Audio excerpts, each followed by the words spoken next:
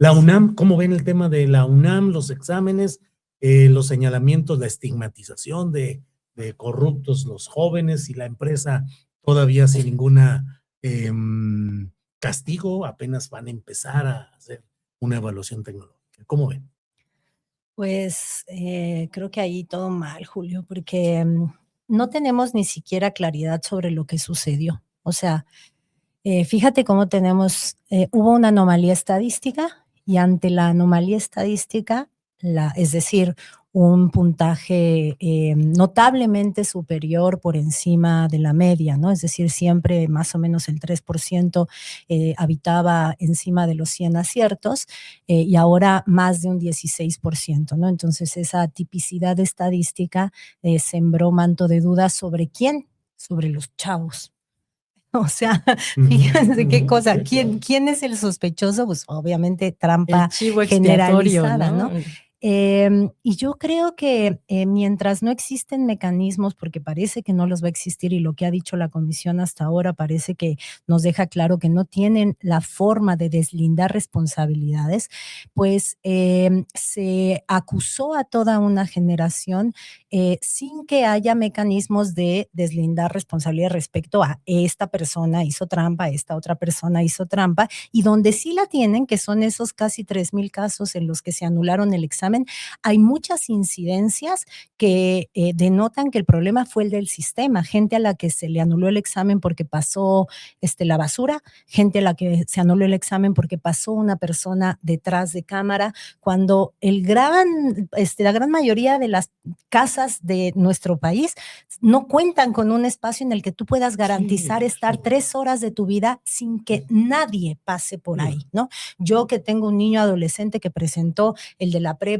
la primera vez que se hizo virtual el año pasado, me encontré con dificultades para garantizar un espacio más o menos insonorizado para que no pareciera, y en aquella ocasión el examen tenía problemas. Mi hijo, por indicación del curso que tomó, se atoró en una de matemáticas y entonces siguió adelante porque le dijeron, tú no te atores, tú acaba y luego regresas. Regresó y el sistema ya no detectó que estaba en matemáticas y ya no lo dejó bajar la mirada para hacer operaciones. O sea, tenías que tener la mirada fija, excepto en matemáticas, porque ahí puedes hacer cuentas. Claro. Pues se fue de matemáticas, el sistema le permite regresar a matemáticas, pero ahí la inteligencia artificial ya no detecta que estás en matemáticas y entonces tuvo que hacer todo mental, porque cada vez que bajaba la mirada para hacer una operación, el sistema le decía, segunda amonestación, a la siguiente se te cancela. ¿Cuántas de las incidencias que sí tienen identificadas con nombre y apellido no fueron del género? Creo que lo que está pasando en la UNAM es una máquina de injusticia contra los chavos y las chavas, que les va a generar una memoria de estigmatización social, sí, la generación de los tramposos, pero no solo. Imagínate la persona que se quedó apenas por encimita de lo requerido para entrar a su carrera y en el presencial, por nervios, por un proceso emocional, por lo que sea, no puede llegar ese día. Imagínate que no puede llegar ese día. De verdad, me parece una situación tan indolente de una burocracia que la indolencia es su sello de distinción, me tiene muy molesta y muy frustrada, la verdad. Connie. Sí, es como, híjole, es que además tiene tantas aristas, porque yo estaba pensando, por ejemplo, esta idea de que siempre se ha considerado al mexicano un corrupto, un tramposo, ¿no? Y entonces de pronto retomar a nuestra máxima casa de estudios, o sea, lo que representa a quien nos ha formado a millones de personas en este país, lo que representa, digamos, el reconocimiento de un trabajo, porque además, como bien decías en algún momento, Tere, se tilda de la misma manera toda la gente en la universidad. Cuando es una camarilla, en efecto, la que está, o sea, sí está actuando, sí, y hace tiempo que lo está haciendo, pero se tilda como de manera generalizada y no se distingue, que es como el primer principio que hay para estigmatizar. O sea, tú no distingues entre unos y otros.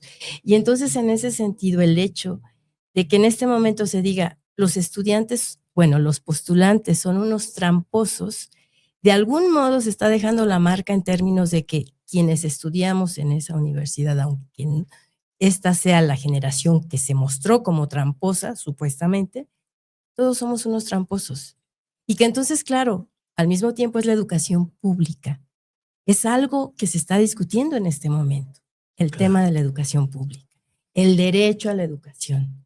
Y de repente resulta que el espacio más estratégico, más representativo, más respetable, comete estos errores. Y claro, ¿cuál es la respuesta en términos de, o sea, no se responsabiliza a la empresa, al Territorium Life o al, no sé cómo se llama la empresa, no se responsabiliza al rector como tal. O sea, también se coloca a la secretaria general, se le despide, ¿no? Bueno, se dice que renunció, pero en realidad se le despide como para decir, como si ella hubiera sido la única responsable, ¿no? De esta situación.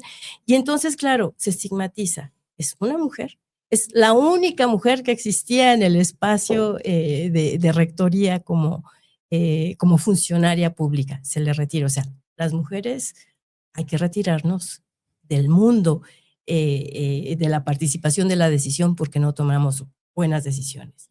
Hay que poner en cuestión a los jóvenes, que son aquellos que hoy pues, podrían tener una voz y una manifestación en términos de su resistencia a lo que estamos viviendo en el mundo entero, porque en efecto hay que leerlo esto en clave geopolítica. No es un problema solamente de la UNAM, no es un problema solamente de una situación particular, sino es nuestra política educativa, el presupuesto a las universidades públicas. Todas las universidades estamos en crisis. Yo pertenezco a la UACM y estamos en una situación similar. O sea, el problema es un problema presupuestal, nada más. No, es un problema de cuestionamiento de la educación pública. Entonces, sí son muchas aristas, ¿no? Y del tipo de educación pública, qué bueno que mencionas a la UACM porque la he pensado mucho en estos días. Fíjate, yo leo titulares o opiniones en redes y me encuentro dos cosas contra la UNAM.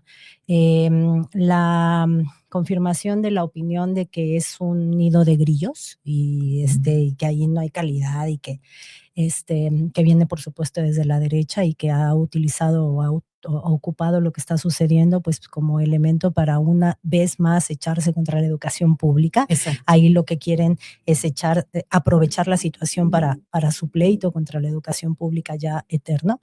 Y del otro lado, y esa es la novedad, personas, opiniones de muy alto nivel que dicen, entre las cuales, por suerte, como decía la semana pasada, no cuento a la presidenta, porque pues es universitaria, que están aprovechando la situación para irse en contra no de la educación pública, sino de la educación pública autónoma. Exacto. ¿Qué es la UACM, la Universidad Autónoma de la Ciudad de México? La Universidad Autónoma de la Ciudad de México fue la primera expresión de política educativa del obradorismo. Y en cuanto se instaló, se fueron sentando en 2000, 2001, se fueron sentando las bases para la consecución de su autonomía, que se otorgó muy tempranamente en 2004. Entonces, fíjense, había que generar más espacios, generar espacios además socialmente orientados. El corazón de esta medida tiene que ver con que se entra por sorteo, cosa que ha sido muy tildado de chafa, de rascuache, pero que en realidad es la única forma que consagra cierta igualdad en un esquema de la UBA de lugares, en Argentina, ¿no? La UBA en Argentina, la gente entra así. O sea, la Unidad de Buenos Aires. Ajá, la Universidad de Buenos Aires, los estudiantes no hacen examen. Bueno, hay ingreso universal, hay otra forma, donde no hay lugares. Hay otra forma pero entonces, fíjate, y es muy exitosa. Pero fíjate, lo que se apostó en aquel momento era la generación de mayor matrícula, pero generando infraestructura universitaria. ¿Eso qué quiere decir? Estructuras institucionales de investigación, docencia y extensión de la cultura con planta docente no precarizada que generen pulmones educativos de educación superior en la periferia en aquel momento. Se creó la UACM, se le dio mucho presupuesto y al quinto, sexto año se le empezó a castigar presupuestalmente y desde ahí la UACM sobrevive.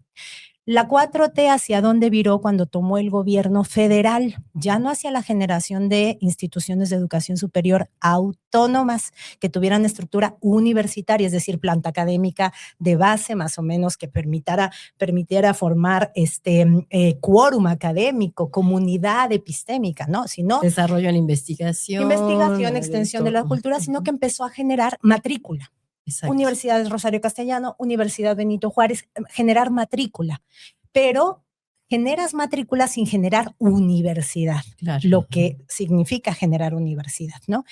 Y además empieza a generar una narrativa en que, la autonomía, miren para lo que se ha ¿Para qué ocupado, la sirve? autonomía hoy en día es el recinto donde se van a refugiar los derechairos, y entonces Lorenzo Meyer perdóneme, doctor Meyer, Lorenzo Córdoba y Murayama, usan la autonomía como refugio y escondite. Entonces, de un lado, se agrede a la UNAM, cuya burocracia es indefendible, para agredir a la universidad pública, y del otro, para agredir a la educación pública autónoma, porque desde la 4T se está virando hacia un esquema de generar matrícula sin generar instituciones que se le salgan de hueca. Que yo siempre digo eso. Y ahí el castigo presupuestal a la UACM. Exacto, son como prepas, ¿no? O sea, una universidad que no tiene una Que no planta tiene docente, gobierno, que no tiene gobierno, que no es gobierno propio. autónoma, pues es una prepa. Prácticamente es una prepa y privada, pero no privada, sino estatal. Entonces es una cuestión como muy, pues muy paradójica y muy preocupante, porque en efecto es como borrar ese tipo de estructuras que además la universidad pues es el único espacio en el que realmente se puede encontrar en México, por más crítico que sea, es el único espacio para la movilidad social.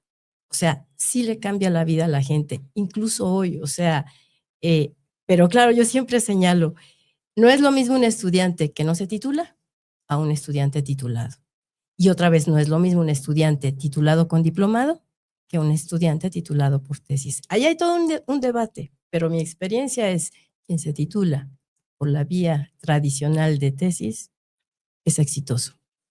Ahora, en ambos casos, con muchos temas todavía por resolver, conforme llegue el número de estudiantes de regreso a clases, tanto en la UNAM como en el Poli, falta ver qué sucede con todo esto que hoy se está manejando, la ausencia de ellos, del gran grueso de los estudiantes. Sí, preocupa porque pues tal parece que organizaron un calendario en el que empiezan, creo que en León, y va como de manera escalonada.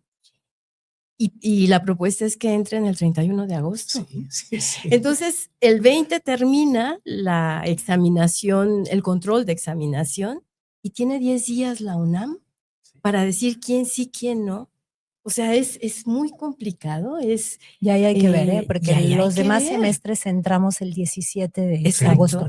Del 17 al 31, a ver qué hacen los chavos, porque de verdad que se pues empalman cosas. No, y además a ver si no, desde la comunidad estudiantil no hay una impugnación a una medida a todas luces injusta, de verdad que a todas luces injusta. Ya comenzaron la presentación de amparos y la discusión acerca de si éticamente es correcto impugnar actos de este nivel, y de otro lado diciendo es una violación a derechos adquiridos por los estudiantes. En fin, vendrá la resolución de los jueces respecto a las suspensiones provisionales o definitivas que han estado solicitando.